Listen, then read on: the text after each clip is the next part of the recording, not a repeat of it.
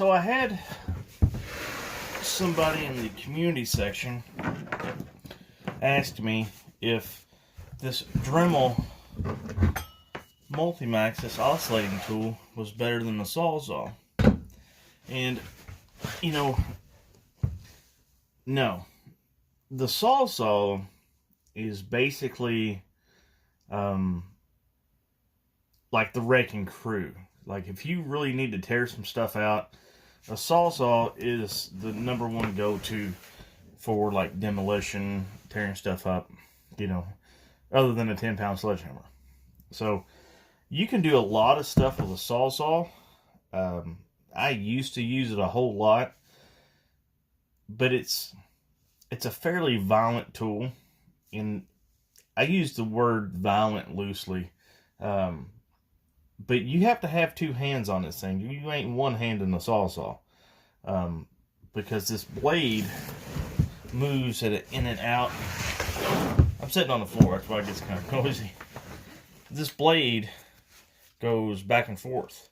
And it can be pretty violent, especially if you don't have the Sawzall completely against what you're working on. And you're say if like this is a floor, my fingers, and the blade comes back and hits the floor. I mean, pow! I mean, it is scary if you're not ready for it. We're not used to it. And this one here is probably a Sawzall from early 90s. It's pretty heavy. It's got some heft to it. So, but like you can do a lot of the same stuff with the Sawzall that you can with the Multimax. I use the Sawzall a lot for like landscaping. Well, when I was in landscaping, cutting down tree branches and stuff like that. But as far as if you're demoing stuff, Sawzall is good because you can cut nails.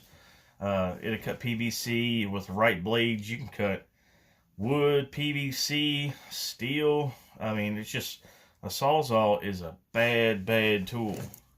Bad isn't good, but I really don't use it anymore since I broke out my Multimax. And the blades for Sawzalls are relatively cheap. You know, you can, like I said, you can get demo blades. I mean, you can get some pretty heavy duty blades, and you get some pretty long blades too. I had a blade that was almost like 9, maybe 10 inches in length for doing like outside stuff. Now, the Dremel Multimax, I consider this tool as, say, the scalpel, the surgical piece of equipment. You know, like if you come over here, of course you're going to come over here because I'm carrying you. Say like if I had these 2x4s on this 1x3, in a lot of mobile homes, your wall joists are actually stapled from the bottom of the subfloor back during construction. So you'll have, you know, sometimes 5 or 6 staples that you have to go through. It makes it really hard to tear them out. And so, but with this and the right blade, I can just go, you know, just go right through it. And it just makes it easy. I don't have to be in any weird positions. I don't have to bend the blade of my Sawzall. Like, to do the same thing with a Sawzall, I would have to actually get a little bit longer blade and bend this up and use it. You can, but it's just awkward. And you know, you bend blades. As you can see, this one here, it's crooked. You know, I've tried to bend it back, but it just doesn't happen. I mean, you can do a lot of the same stuff, but the thing with the Sawzall, if I got back here too far and the tip of that blade hits the metal of the trailer, it'll poke a hole in it. I mean, it's pow! I mean, it's pretty violent. You just have to be really careful because that's just what a Sawzall is. It's for, you know, taking stuff out and leaving no prisoners. So, be careful what you're cutting into, because a Sawzall is all business. And if you have electrical wires in the wall or plumbing or a gas line or anything, it will make very, very short work of it. Because a Sawzall it's all business. They don't care about your feelings. it's just going to take and just tear up whatever it gets a hold of. So be extremely careful of what you're cutting into, because you can put yourself in a hurt locker pretty quick if you're not sure of what's going on in that wall or in that floor or wherever. So just keep that in mind. Another thing about the Sawzall are the blades, and when you're cutting something, these blades will wobble a whole lot. I mean, you can see how flexible they are. So you have to make sure that, I don't know, there's no wires in the vicinity of a Sawzall blade, because it will reach out and get it. And, you know, for these blades to bend, I mean, it's nothing. So just, again, be careful with the Sawzall. I don't use this a whole lot anymore. Plus, it's just heavy. I could get with the times, you know, and buy more up-to-date tools, but tools are expensive, and the tools that I've got are basically ones that my dad had when I was little. You know, I just use what I have on hand, make do with it. Now, I've got some friends, they've got to have, like, the best of everything. When, say, if deWalt comes out with a brand new tool, they got to be the first person in line to spend $300 to get it. And it's just not me.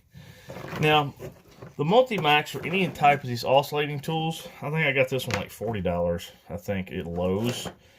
It was cheap because it had a cord on it. It wasn't cordless. Now, the electric ones can get it, or the cordless ones can run up in price a little bit. But this does me just fine. The thing where the oscillating tools get you is the blades. Now, this is a titanium tip blade, and if you look at the teeth, see how wore out they are? I mean, that might look okay to some of you guys, but that blade has seen some battles. But it keeps cutting. It's a little bit slower than the new blade.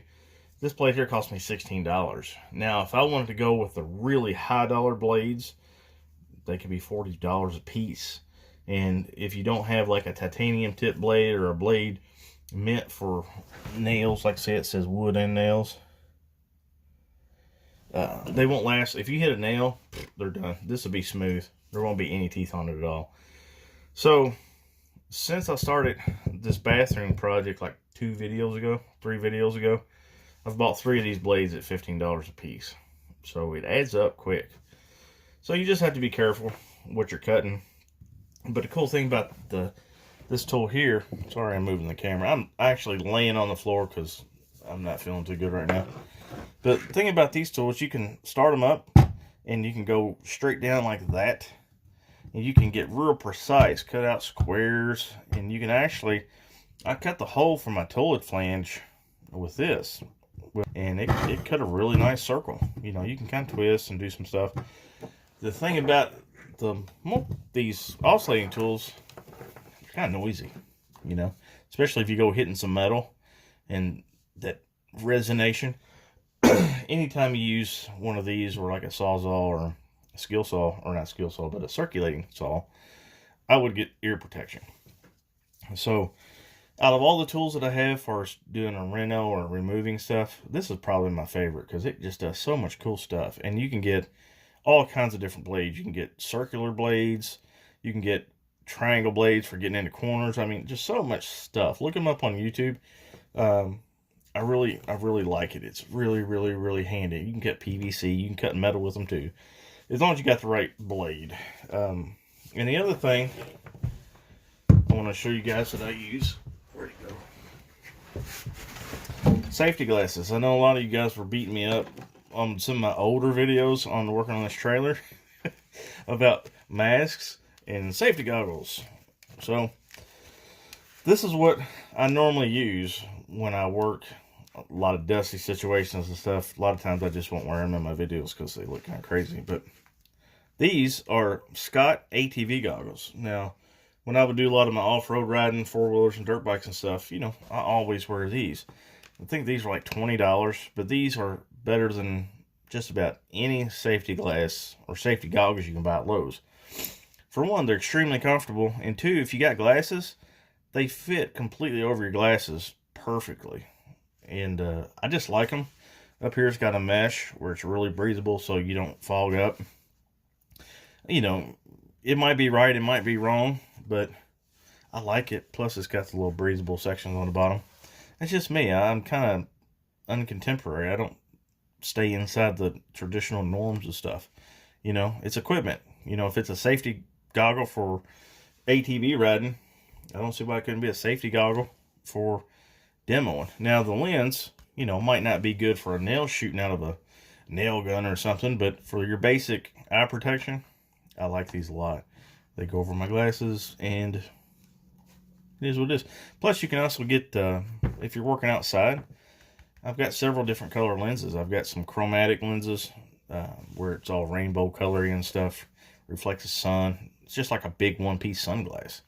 And I really like these for just about anything I do in here that requires eye protection. So, anyways, that's it. Hope you like this video. I thought I'd make it for y'all and just kind of give you my opinion on the Sawzall versus the Dremel Multimax. So, I'll talk to you guys later.